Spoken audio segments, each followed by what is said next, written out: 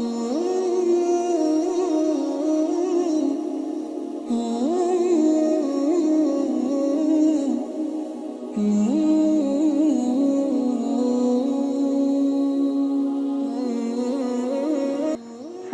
আলাইকুম সবাইকে।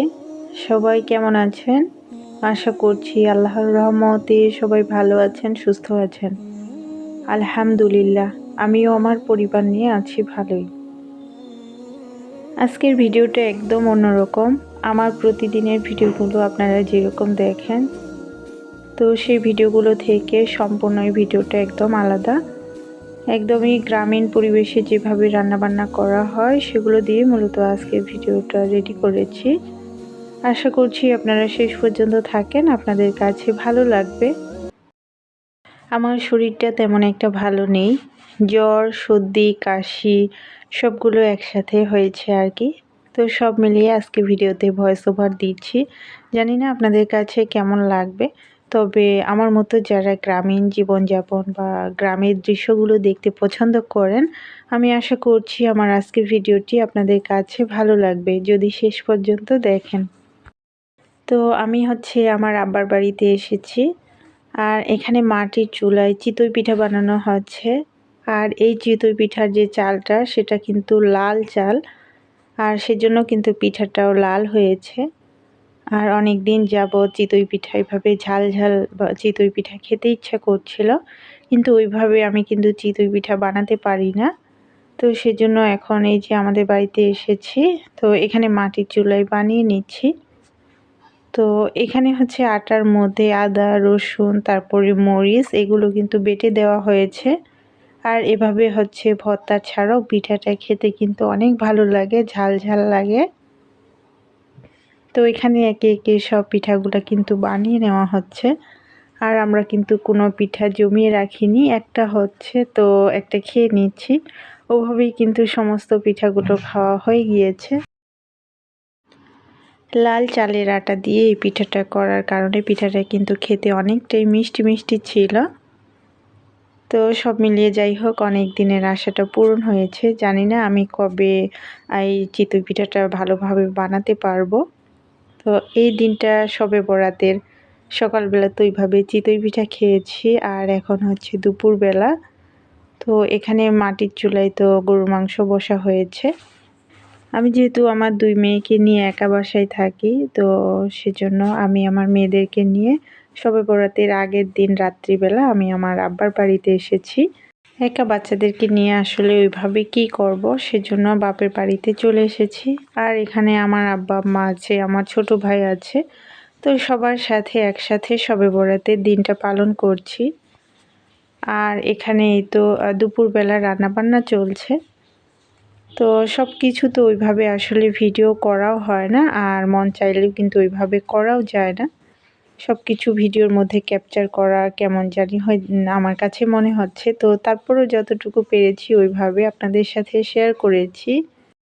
গ্রামে যেভাবে রান্নাবান্না করা হয় ওইভাবেই তো রান্নাবান্না করা হচ্ছে। তো সেজন্য ভাবলাম যে যেসব আপুরা শহরে থাকে বা এইভাবে রান্নাবান্না করা হয় না, তাদের কাছে কিন্তু এই ধরনের ভিডিওগুলো দেখতে ভালো লাগে। আর আমার কাছেও কিন্তু অনেক ভালো লাগে। তো যখন আম্মা রান্না করছিল এত ভালো লাগছিল, আমি সাইডে বসে শুধু দেখছিলাম।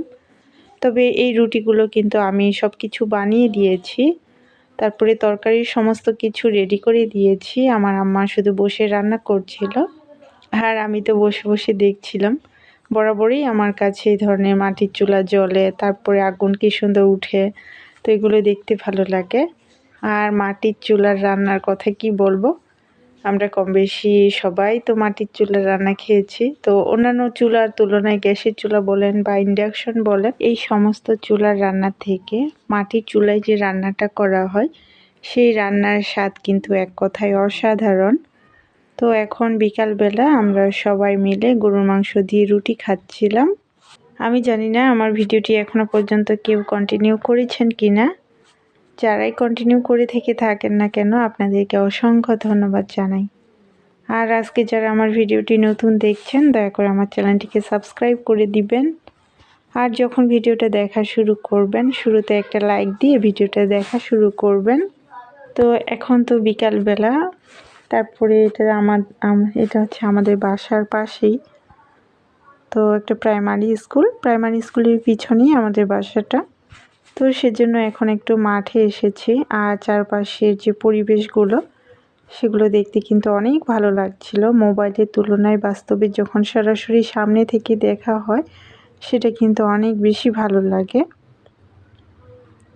আর এই তো মাঠের মধ্যে অনেকগুলো বাচ্চা ব্যাডমিন্টন খেলছিল, আর সেই সাথে আমরা এই কোনায় দাঁড়িয়েছিলাম, আমি আর আমার ছোট মেয়েটা।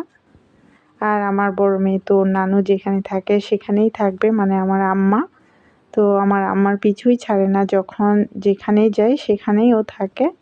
আর এই প্রাইমারি স্কুলে আমি ছোটোবেলা পড়াশোনা করেছি, এই প্রাইমারি স্কুলে আমার ছোটোবেলাটা কেটেছে বলতে পারেন। তো এই স্কুলের সাথে আমার কিন্তু ছোটোবেলার অনেক স্মৃতি জড়িয়ে আছে। তো সেজন্য আমি মাঝে মাঝে এই মাঠে সেই কোণাটাতে দাঁড়িয়ে থাকি, আর সেই ছোটোবেলার কত কথা মনে পড়ে যায়। আর এখানে তো আমার ছোট মেয়ে ছাগল নিয়ে কি সুন্দর খেলা করছে। তো ছাগল গরু আমার দুই মেয়েরই কিন্তু অনেক পছন্দের, ওরা ছাগল গরুকে অনেকটা পছন্দ করে। আগেকার শবে বরাতের সময় আমাদের কিন্তু বাড়িতে অনেক বেশি আনন্দ হতো। সেই সাথে রাত্রি যে জাগরণ থাকে, মানুষ সবাই মিলে জাগরণ থাকতো। তো সবাই মিলে আমাদের বাসার পাশে বলতে উঠান শেষ হলেই মসজিদ। তো সবাই রাত্রিবেলা মসজিদে জাগরণ থাকতো, আর সেই সাথে আমরা সব চাচাতো বোনেরা একসাথে জাগরণ থাকতাম, আর আমার মা চাচিরা সবাই একসাথে জাগরণ থাকতো। তো মসজিদটা পাশে হওয়ার কারণে যেটা হয়েছিল, তো পুরুষ মানুষেরা যতক্ষণ জাগরণ থাকতো আমরাও কিন্তু ওইভাবেই থাকতাম। কিন্তু এখন সময়ের পরিবর্তনে সব কিছু কেমন জানি হয়ে গিয়েছে, সবাই এখন আলাদা আলাদা বাড়ি করেছে, কারোর সাথে ওইভাবে ঠিক করে এখন দেখাও হয় না।